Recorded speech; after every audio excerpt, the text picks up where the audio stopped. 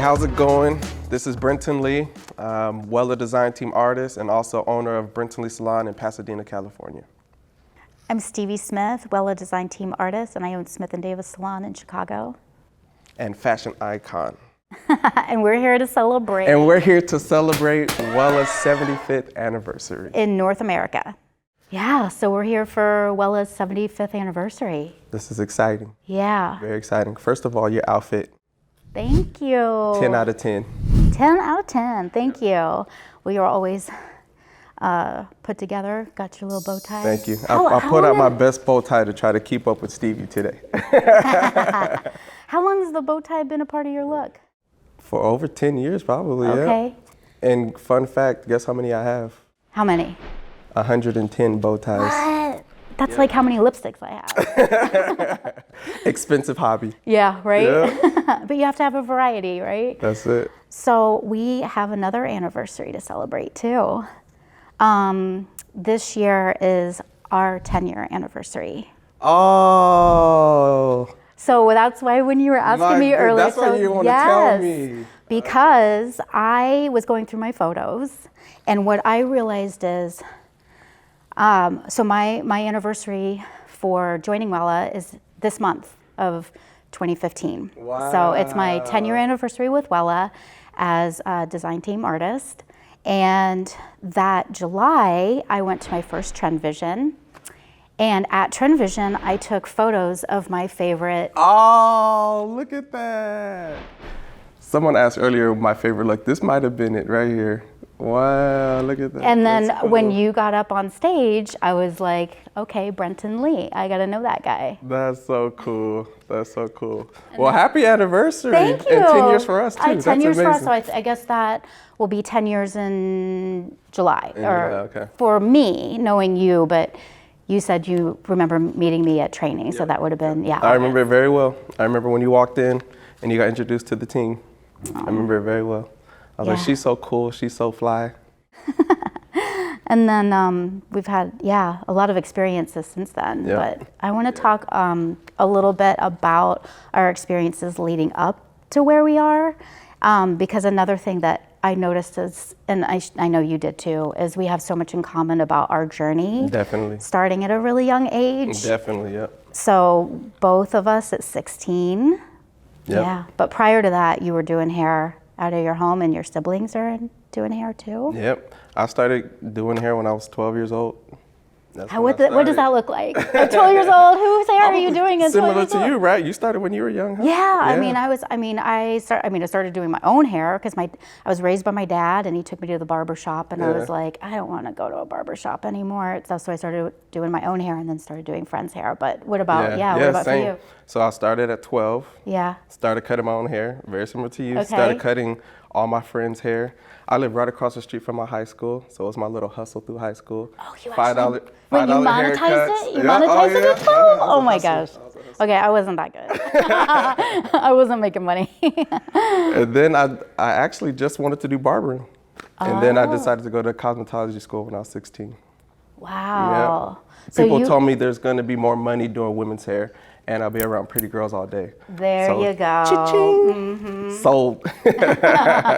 And I guess that worked out for you. So, so were you in high school? Was it vocational, or how did that work? Yeah, so it was pretty much like an after-school program. It was pretty much an after-school program. So what it was I would do my first 4 periods, and then after lunch, I would go to beauty school. Oh, wow. Yeah. And I was 16 years old, and I was like, you know what, this is what I want to do. I was already barbering. Yeah. And so I felt like it came natural to me doing hair. And I knew there was going to be more creativity and more things to offer doing cosmetology school. So 16 years old, my junior year in high school. Wow. I started going to beauty school. And then I dropped out. I had like 1,000 hours. I ended up dropping out of beauty school because I wanted to play basketball my last year in high school. You were a beauty school dropout? Beauty school dropout early. I thought I was going to go to the NBA. So I wanted to play basketball. And then after high school, I was like, all right, Brenton, you're not going to the NBA, go back to beauty school. So then I went to another school, had to start completely over. Oh, no. Yeah, started completely over. Wow. But here I am, now I was 16 then, I'm 36 now, so 20 years. Yeah. Yeah. And how about you? When did you get started? You said around the same age too? Yeah, I was 16. It was the summer before my senior year in high school. Yeah, I went in. I was at a salon and asking questions about what it took to be a hairdresser, and the owner of the salon came over and said, you know, I like your style, and if you're interested, the best way for you to know is to work, you know, in the salon, and we need help after school and on Saturdays. And shortly after that, I knew that that's what I wanted to do. I knew I wasn't college bound. Yep, same. Even though I'm like eager for education, I'm very self-educated and read a lot and stuff. I knew the career path seemed more appealing this way. And in the state of Georgia, where I was at the time, they offered an apprenticeship to licensure. Gotcha. So rather than going to beauty school, I did, which I think was 1,500 hours, I did 3,000 hours of apprenticeship. Wow. Yeah. But that's cool though, because you're already in the salon though. Yeah. So yeah. I that's mean, cool. you already know if you have that personal rapport with people, if you have that confidence to be working with people's self-image, you know, which is what we do. Yeah. Are you happy you went that route? Like instead of beauty school, that you did the apprenticeship program? Yeah. And I'm such a huge advocate for assisting and apprenticeships because of that. Yeah. I think that's where so much of your applicable life lessons are, and for sure. you know, is hands-on and being immersed in it and being around other more seasoned hairdressers and stuff. So so that's really cool. I mean, going into that, because did you do an apprenticeship after school? No, or? so after high school, when I went back to school, I actually did a 2-year program in a junior college. Okay. And I don't regret it. You know, what I do like with what you said is, it is true. Once you get out of school, like that's when you're really learning, is like in the salon, like you did the apprenticeship program. I felt like I didn't really learn hair and the salon work until I got into the salon. But what I do like that the school that I went to was a big competition school. So that I feel like that really sparked a flame in me of competing in beauty school. So in that 2-year program, I would say I did probably like over 20 hair competitions in beauty school. So as a student, so you're entering into student. Yeah, wow. So my vision of beauty school, I don't even see it as like, you know, the doll heads and roller sets and perms and things you have to, I was like, I see my beauty school as like, oh yeah, that's what like got me going in the field of competition and things, because our school was big on competitions and really putting us out there. Do you consider yourself a competitive person outside of hair competition? I'm competitive in everything, yep. Even before hair, when I was in middle school and high school, I used to do dancing talent shows. Oh, all the way from 5th grade to 12th grade. So I was already like competing, dancing, and I just took that competitive spirit and put it into hairstyling. My gosh, wow. So when was your first Wella competition? That was in 2010, 15 years ago. Okay, so that was after school, and you're now an established stylist. Yeah. Was that the first competition that you had entered? Professionally? Yeah. Professionally, I think so, yep. Yeah, because I finished school, I think, in 2009 or so.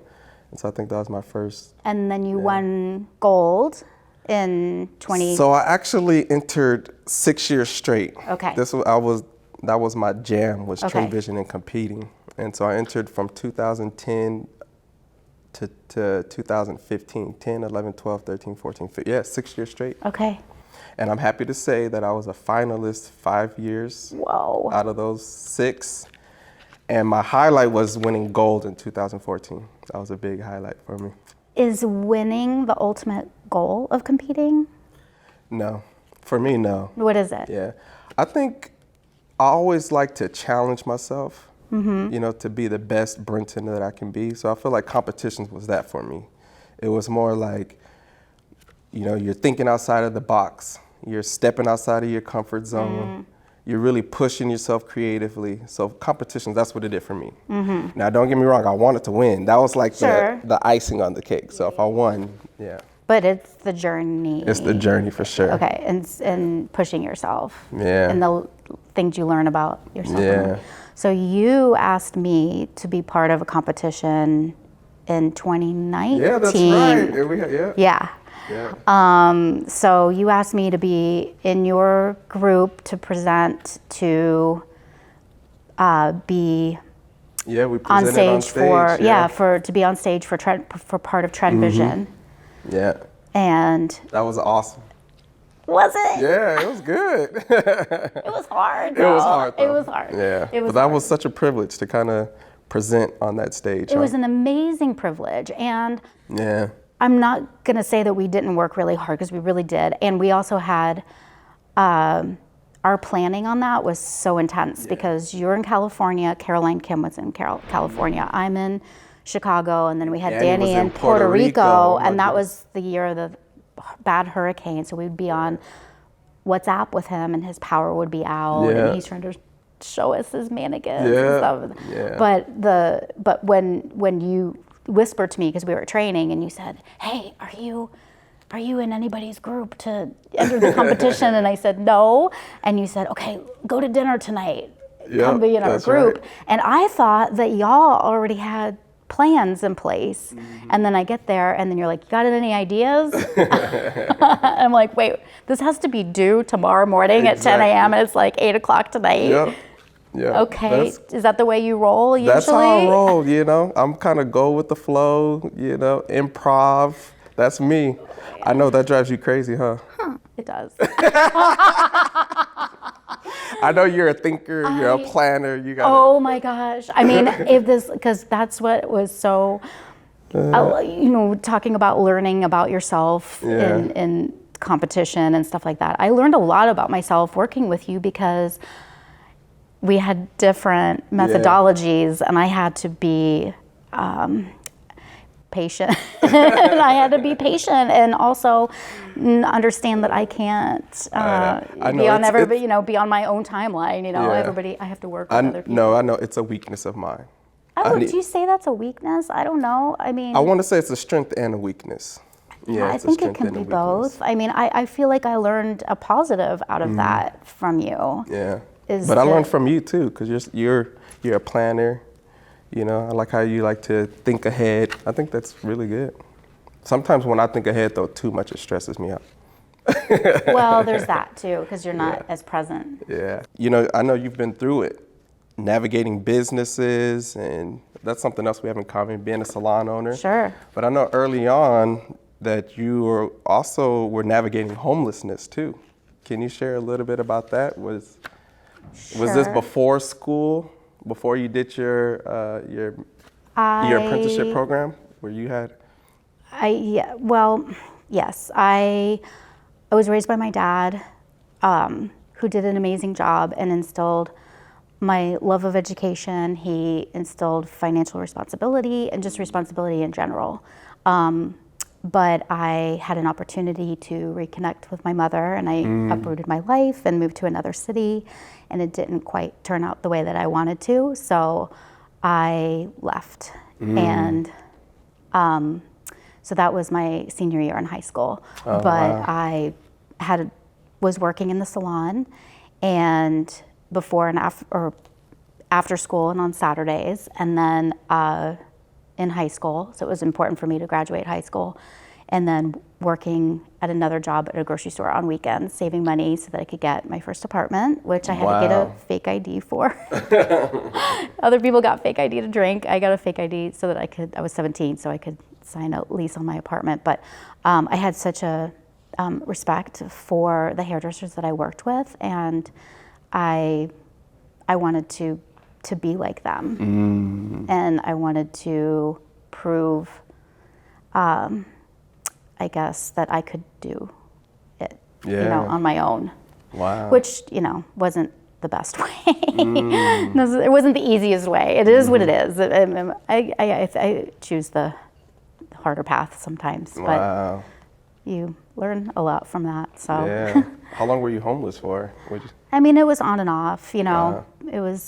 It was all my doing, by the way. I was not in that unstable of a living situation. It's just, it was not for me. And Yeah. so I would run away for periods of time. Gotcha. Wow. But do you think that's inspired and motivated you to become the person you are today? Of course. I mean, Especially like, your career as well? sure, absolutely, yeah. And why I believe in apprenticeship so much, and why I believe in constantly learning and furthering your education.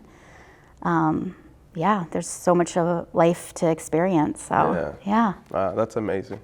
That's inspiring and encouraging. Yeah. It really is. Oh, thanks. What about you? I mean, you started out as a student competing and then moved into working behind the chair. And then what inspired you to want to compete again? Yeah, I always had that competing desire, always. Like I was saying, even from middle school through high school, whether it was talent shows, I think that translated into hair competitions and things like that. Yeah, but for me, that just inspired me to be the best person I could be, was just getting out there, competing, and really being on that stage. And it's also inspired me to be a mentor and then opening a salon. I know we have that in common as well. Sure. Being a salon owner. It's not easy, is it? It is not. It is not easy. And you own your salon with your life partner as well. Yeah, so you run your salon with your husband. I run I my do. salon with my wife. Yeah. This- Who's the boss? I have a feeling this is not going to look good for men. We're definitely a partnership, but I would say I'm the boss. Yeah. And you? Yeah. Oh, definitely. Well, we've done everything together. Yeah. So it is pretty cool that, some people always ask, like, how do you do it? How do you, work with your significant other all day long? But somehow we've made it work. And we've been doing it for 15 years now, so. It's not just somehow, though. There's reasons why it works, right? Yeah. Oh, yeah, Yeah? for sure. What? It has its ups and downs. It has its Sure, challenges. but it's communication, right? I mean, it's all about communication. Yep. And we just try to play off each other's strengths, I know my strength, which is the technical, the competition, the hairdresser side. So that's where I really try to just bring that into salon ownership too. And her strength is she's very organized. She's just like you. She's very organized, She likes to keep the business organized. Yeah. Like she handles all the money. Right. That's exactly So it our works. scenario too, for sure. But what's So- some of the challenges you've had being a salon owner? What would you say? Some of the biggest hurdles or challenges that you've had? Well, I mean, having been through COVID, right? There's that. I think one of the biggest challenges is a question on here, which I'll ask you too, but is mentoring other people and then they choose to move on, and how to try to not take that personally. Yeah, for sure. And realize that people can just be in your life for that moment, and it's okay, I'm happy to share. So if that sharing worked at that moment and it no longer works anymore, then I can't take it personally. What about you? Yeah, I agree. I think the same, because I love being a salon owner. I think early on I realized I wasn't the best salon owner.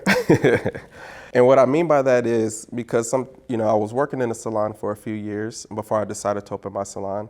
And you're a great hairdresser. Oh, yeah, but not a great manager. Yeah, exactly. Managing people, right? Yeah, managing people. And I thought, being a great hairdresser and knowing how to bring in clients and all that, which are some strengths of being a salon owner. But yeah, now you have the managing people, the mentoring people. And I'm the same as you.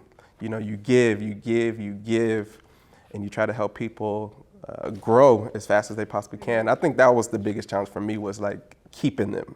Yeah. Or like seeing them move on, which is beautiful, right? You see them move on, but then sometimes I would take it personal, like, why are you leaving me? Yeah. So then how do you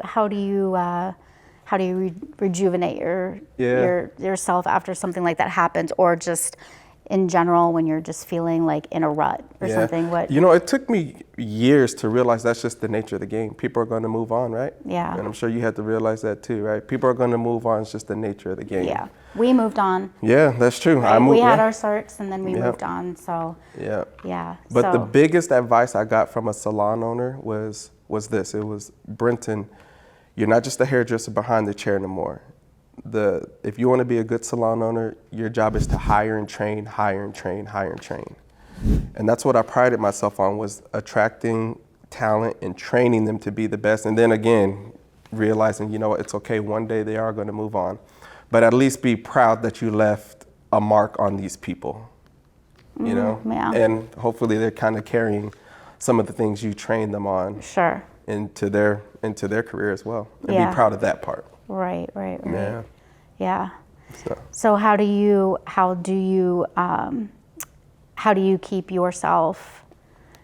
I mean, we train other people, right? So at some point, we as students then turned into educators and mentors ourselves. How do you refill your cup?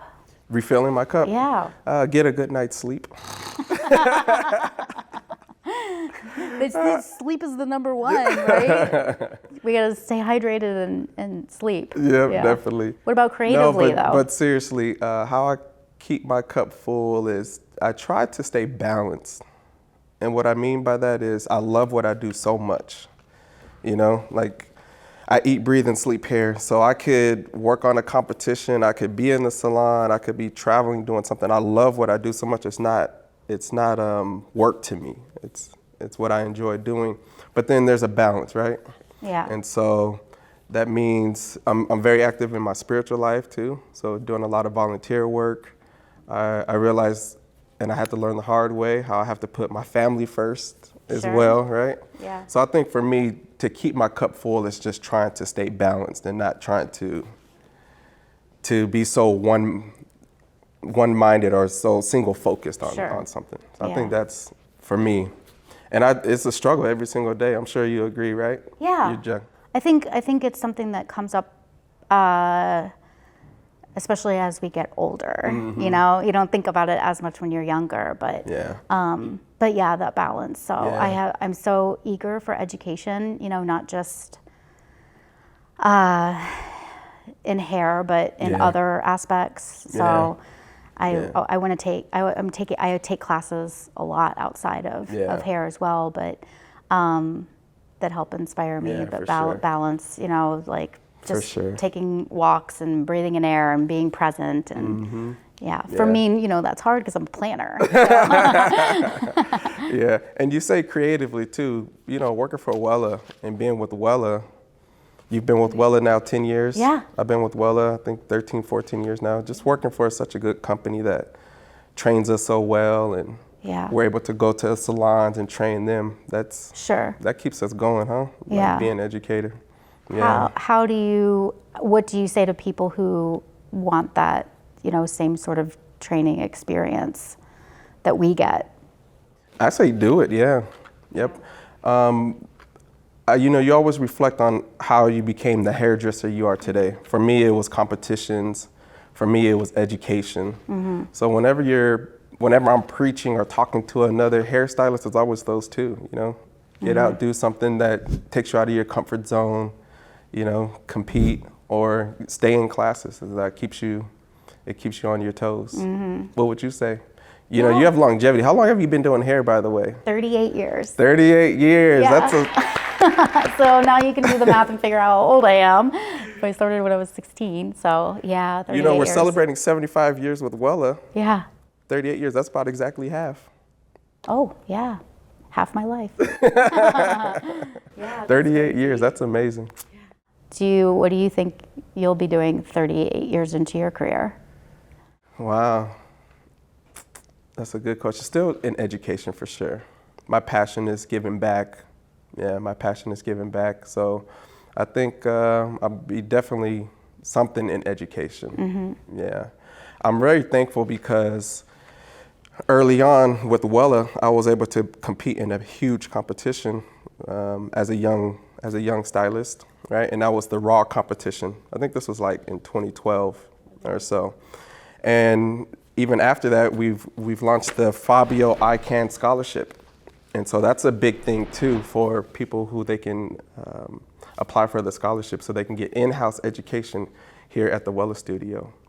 So that's huge. And that's open to anyone. So that's open to every hairdresser. Yep, that's open to everyone. Wow. Yeah, for sure. Because I do believe that education should be accessible to everyone, which is why I'm such a proponent of apprenticeship, because I think that I understand the cost behind education, because but I do think that sometimes education can feel daunting to people, and they don't know where to start, and they're not sure about the financial investment. But I feel like it costs you to not definitely invest in your education. Does that make sense? That sounded kind of clunky. No, yeah. But you know what I'm saying? I think does. it's you have to continuously educate. And that's why I'm so thankful to Wella too, because Wella has provided such a platform for these things, you know, for us to learn here at the studio and things like that.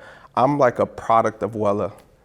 Whether it was competitions or business classes or anything, master color expert, anything I can apply for or get into, Wella always provided that platform for me to grow as an artist. So I would encourage others to do the same thing. And take advantage of the scholarships or education at the studios or stages to compete. Well, so they can have the longevity just like you, 38 years in the industry. I mean, I did my master color expert certification in 2011, I think. So it was right before I joined design team, but that's how I met other educators for Wella through my taking classes, and then that's how I ended up, you know, meeting someone who was like, you should really audition for this. Not that that's everybody's goal, and it shouldn't be everybody's goal. I think that everybody has such a different career path, you know, and being an educator is not for everyone. But for sure. Do you have educators in your family?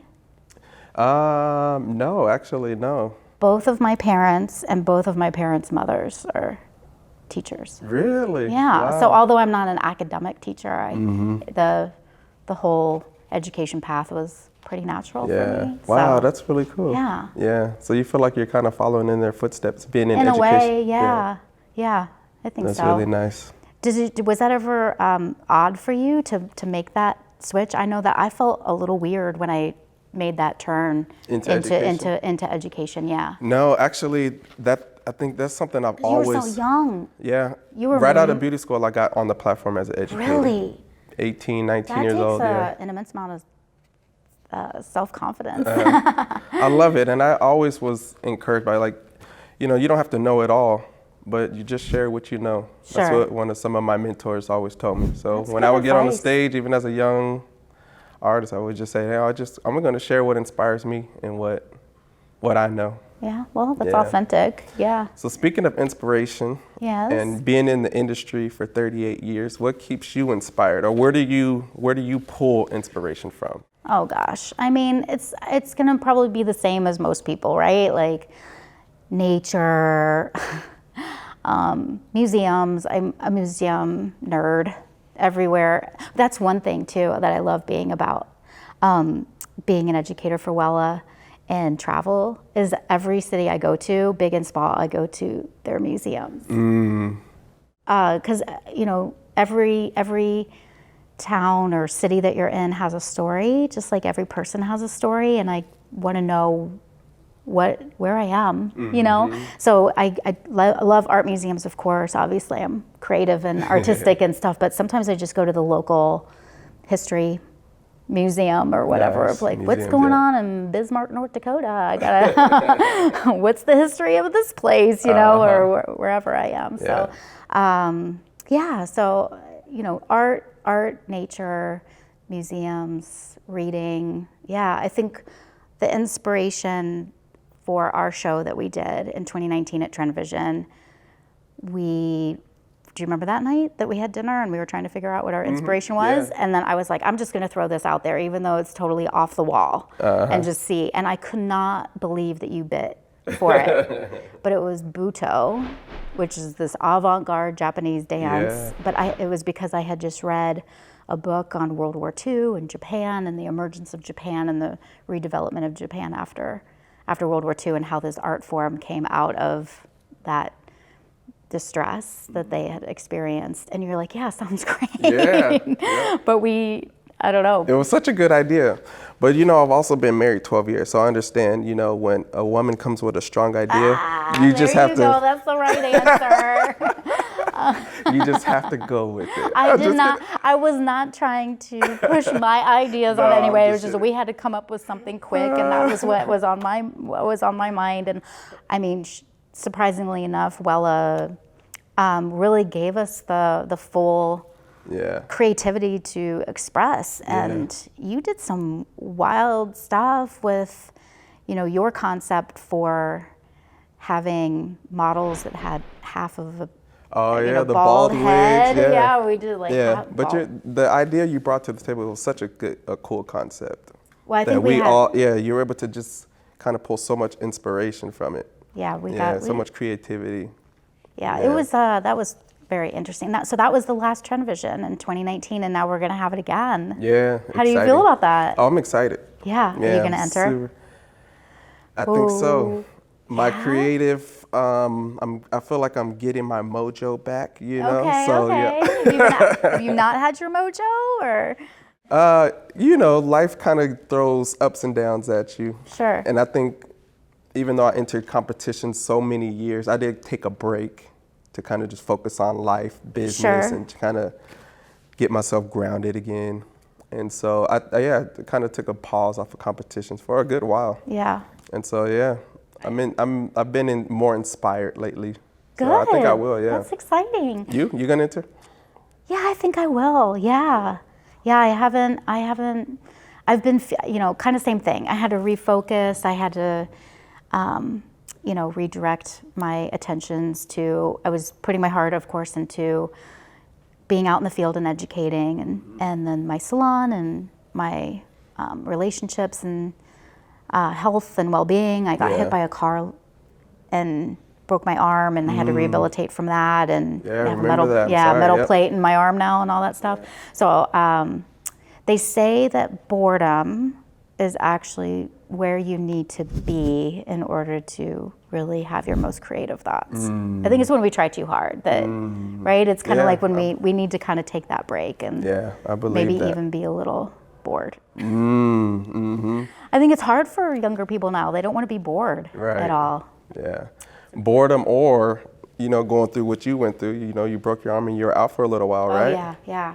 And so now you come back stronger, right? Yeah. Well, truly, because I have metal in there. I can't. That's the second time I broke it. I'm like, I can't break it again. There's actual metal in there, so I cannot break it again at all. But so, you know, going back to all the different hats that you wear. You know, you're a hairdresser first and foremost, though, right? I mean, that's the way I feel, is that first and foremost, I'm a hairdresser. Then I'm a salon owner, an educator, all of that good stuff. But what would you say has been some challenges for you in navigating all those different hats that you wear? Oh, I'm sure you can agree. It's always a challenge just trying to juggle everything like that, right? Salon ownership, education, being a stylist behind the chair. Right. It's always an ongoing battle for me. The relationships that you have with your clients and still nurturing those while you're also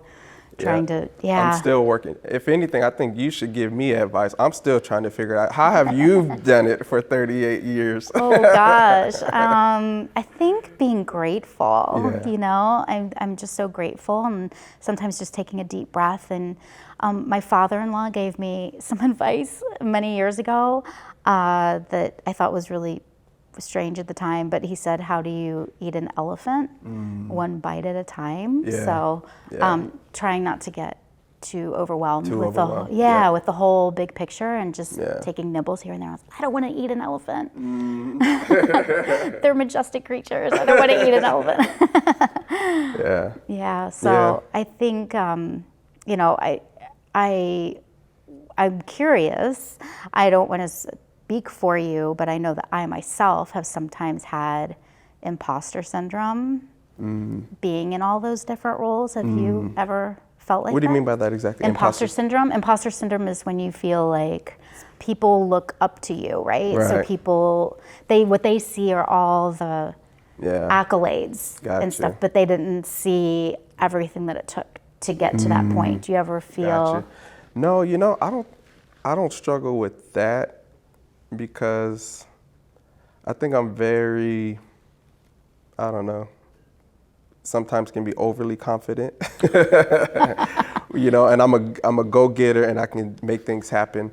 I think my biggest thing is just balancing everything. It's always a challenge for me, like I put too much on my plate. Oh yeah, you're always Yeah, say and yes I kind can, of person. yeah, and I can spread myself thin to where I can easily stress myself out. Sure. Yeah, so much so, I don't know if it was like the pandemic and everything, but 2021, 2022, those were kind of some of the worst years for me. Oh yeah. And I went through a bad depression at the time too, where it was just like there's so much going on and I'm trying to juggle a salon and family and life and take care of everything, where I had a moment of my darkest days where I just felt like I had to just take some time. So if anything, I feel like I struggle with is that it's just kind of putting too much on my plate to where I feel like I can do everything. And then I'm not the best at asking for help. So I put everything on my shoulders to where it can easily start to, weigh on me to where I'm beating myself up physically, mentally, all the above. Sure. So what I've had to learn is just like, hey, Brenton, take it easy. Yeah. Delegate certain things. Don't put too much on your plate, and just kind of enjoy the process. Or going back to what we talked about earlier, being a little bit more balanced with things. Yeah. Well, that's a hard thing to share, depression. So I'm sorry. I do feel for you because I kind of experienced the same thing. But during that time is when I felt like I had that imposter syndrome, is where I was still going out as an educator. And I think a lot of salon owners were where you were at that point. They were feeling also depressed. They were feeling like they didn't know what their next move was. Maybe they lost their teams or they didn't, weren't feeling creatively inspired. And then they're asking me for help. And I'm like, I need help with that. But it was, Wella was my lifeline, I felt like, during that time. I mean, my husband and who is also my business partner, so that was good, that we have each other in that, personally and professionally. Yeah, but that Wella family, yeah, for sure. I don't use that word lightly, but I do think that we all want to see successes for people. Yeah, for sure. And we want to lift people up and, be the best that we can be for each other. Even. Yeah. It's like when you go through hard times, that's when you really, you rely on the people around you, right? And for inspiration, for support, and you rely on your family.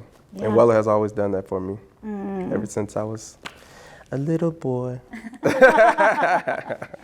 Let's see, what else do I want to ask you? I have these cute cards here, and I'm so into my conversation with you that I haven't even been looking at them. So Stevie, Wella's celebrating 75 years. So if you could go back in time and do hair in any decade, which one are you picking? What's your signature look? I would go way back. Although I love actually executing the styles of 20s, 30s, 40s, whatever, 19th century, 20th century. I actually would love to do like 17th century, 18th century hair. I have a book called The History of Hair, the First 5,000 Years, and I'm obsessed with looking at the illustrations of that. And that's one of the reasons I love going to museums too, is looking at all of the early early American and then also the European Yeah. arts, and looking at the women and men's hairstyles of, 1700s, 1800s. So I would go way back. You would go way back. I would That's go way cool. back. It might look a little goofy in this day and age, with the but I think the artistry of that, those eras are amazing, and also with the tools that they had, right? Yeah. And they're literally using, irons on fire. Yeah. How did you know if it was hot enough? If you put an iron on a fire, how do you know if it's hot enough or not too hot to burn the hair off? Oh yeah, that's a good question. And using horsehair. Well, in beauty school, we would test it on a little tissue paper. Oh, right, because you were yeah, right? Okay. And if it turned the tissue paper yellow or black, it's too Because hot. you were still using those type of irons. I mean, I guess they're still around, but do people use those? Yeah, very much? yeah, they still do. I hope you're using a heat protectant. Right, thermal image. That's right. Please follow that up with some ultimate repair. Right. That's really cool. So yeah, museums. I can tell you like history. Yes. Whether it's museums, or are you talking about 17th century inspiration of hair and things like that? That's really cool. Very cool. What about you? What era? Let's see. I think I was born in the wrong generation. Too. Yeah. I do too. Anything from the 1940s, 1960s, I feel like that's where I should have been born. Where men dressed sharp, when they had suits and bow ties, I've never seen you be casual. No, I love dressing up. Casual for you, but I've never seen you just be. Yeah. I mean, my casual now would just be I keep my shirt untucked and I have tennis shoes on. But other than that, I'm okay having But your tennies are pristine and you're matching, and you're not schleppy. Other than that, I'm okay having a bow tie on and my collar. My shirt buttoned all the way up to the top with the collar on. So you like that whole aesthetic? That whole era, yeah. Where Great Gatsby, where if I can pull up in a 1950, 1960 Porsche convertible speedster.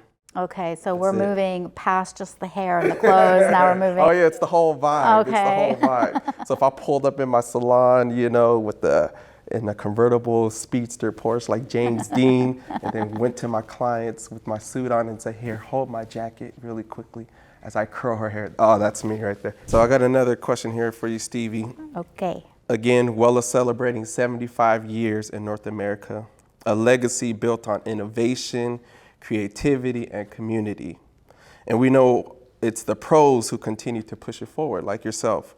So what's one way you felt like you've left your mark on the brand or the industry through your work? Whew, that's tough. It's a deep question. Huh? It is a deep question. I think it's a hard question to answer for yourself. My legacy. I hope that in my attempts to share that I've always been kind, and showing people grace and to be your most expressive and colorful self. I love that. And I love that about you. Oh. As long as I've known you, you've been what you just said. Kind, gracious, colorful, bubbly. You're easy to be around. Oh, thank you, so Brenton. we appreciate that. And I'm sure that is the legacy you're going to leave on people. Oh, you are so sweet. Well, then I feel like I have to ask him the same question, because I want to know I think it is hard to know how you would, what legacy you're leaving. What do you think about that for yourself? Yeah, it's a good question. I always think of me starting with Wella close to 15 years ago, and I always think of Fabio. Earlier we talked about the scholarship, and Fabio was always such a big supporter of mentorship and paying it forward and, leaving a legacy of helping others, the next generation. And that's one thing I would take from Wella, and specifically Fabio himself, is always being that person who pays it forward or gives back to somebody. So I always think of whether it's a beauty school student, a hairstylist, or whatever class, or if I'm in front of an audience, like what are you doing to encourage them to keep going and moving forward in the industry? And being just a good mentor and leaving a good influence on people. Yeah. Well, Yeah. I think you're succeeding then, because thank that's you. the impression that I get. I also really appreciate that you are always so open and warm and inviting. The first time I met you, it just felt comfortable, and I think you have a way of making people feel comfortable and embraced. Thank you. Upon first meeting you, and I remember Fabio also really wanting us to be communal and not cliquish and stuff, and I don't ever see you being that way. You're just, with everybody, Thank you. you're the same warm, embracing person with all people. I appreciate that. Yeah. Yeah.